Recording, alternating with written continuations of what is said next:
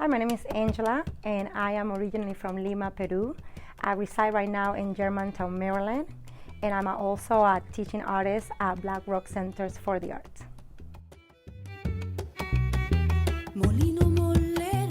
So I've been dancing since I was 3 years old. My dad is a musician, a Congero, so I have been involved in arts for all my life. Music has always been part of my family, part of our culture. And my first time that I danced, it was in a school. I started with the school, and then my parents put me on an art school where I was able to utilize all my energy and the love for dancing and music. And that just grew up with me through my whole entire life. When I was a little, I just loved music since I was born. And I started looking at TVs, and I noticed that it was Afro-Peruvian music on TV every day. And I turned the channels, and I would look at the bailarinas dancing, and that was what initiated me to go and do it. I love the music. I love the things that was creating in my heart. It was uplifting music that I felt it in my soul, and I told myself that I had to dance. I had to do that for my whole entire life. And the first time how I initiated is my parents put me in a private school, in an art school, and they had the opportunity for me to dance other cultural musics from Peru. Not only Afro-Peruvian, but we have music from the Amazon, from the Andes, from the coast regions. And I started just with one dance presentation for Mother's Day, Father's Day, and they saw the potential in my dancing and the love for it, and they started inviting me to competitions. I started representing several schools. I started competing. But one of the things that I always enjoy in how I started was in my neighborhood, in my community. It was people that they were organizing small parties for Mother's Day. And that's not something that is marketing on TV, that's just community. And I said, let me go to the store. So I went to the store, asked the lady, hey, would you like me to come and dance Afro-Peruvian music? And she looked at me and she said, are you serious? I was like, yes, I want to dance. Do you have to charge? No, I don't want to charge. I just want to dance for Mother's Day. And I ran to my mom and I said, Mom, can you make me my outfit? For when? This Sunday, my Monday. Are you crazy?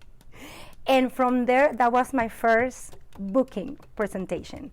And from there, it just took on, another presentation. People start seeing what I do, and they start recommending me to parties, they start recommending me to weddings and quinceañeras. But every opportunity I had that I could dance, I have always danced.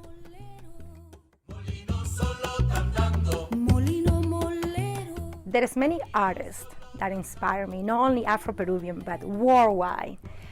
One of the Afro-Peruvian artists that inspired me a lot was Eva Ayllón.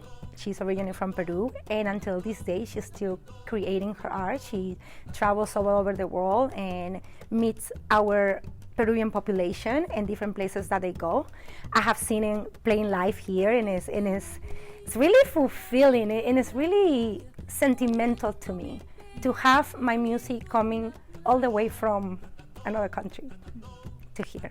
It's touchy, like you can see my eyes.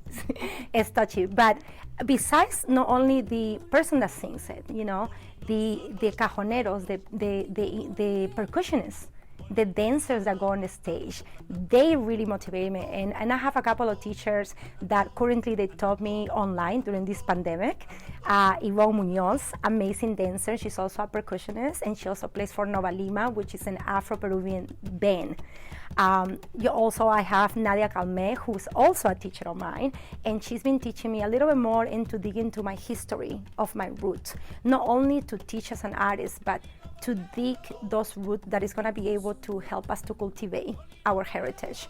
And I also admire a lot Victoria Santa Cruz. She was a choreographer in the 20th century, and she was also an activist. And as a matter of fact, there is a poem that is called Me Llamaron Negra. The poem talks about how when she was a little and she was 7 years old, she was in a community, and these kids came to play, and she was the only of color. So this new kid came and said, can I play? And she said, well, if you are playing, we don't play with you, because she was of color. And her poem talks about how people used to call her negra. But then the years passed, and she felt like her color was a problem. But then she understood that the color was a privilege to her, and that she needed to utilize that.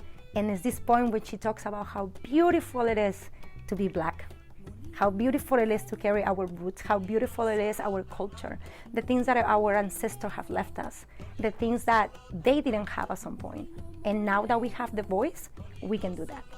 During this pandemic, that poem have made me tear because it's so powerful.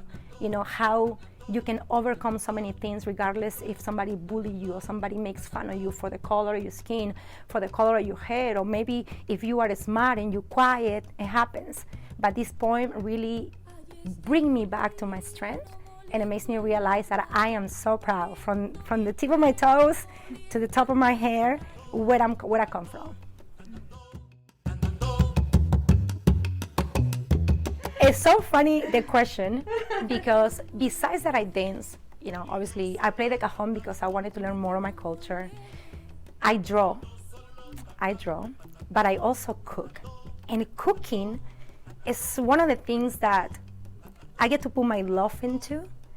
And through that energy that I do during cooking, when people take that piece of food, Peruvian food, and you taste it, you not only taste the ingredients, but you taste the love.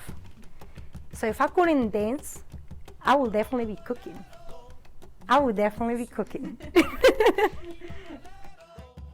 Molinoso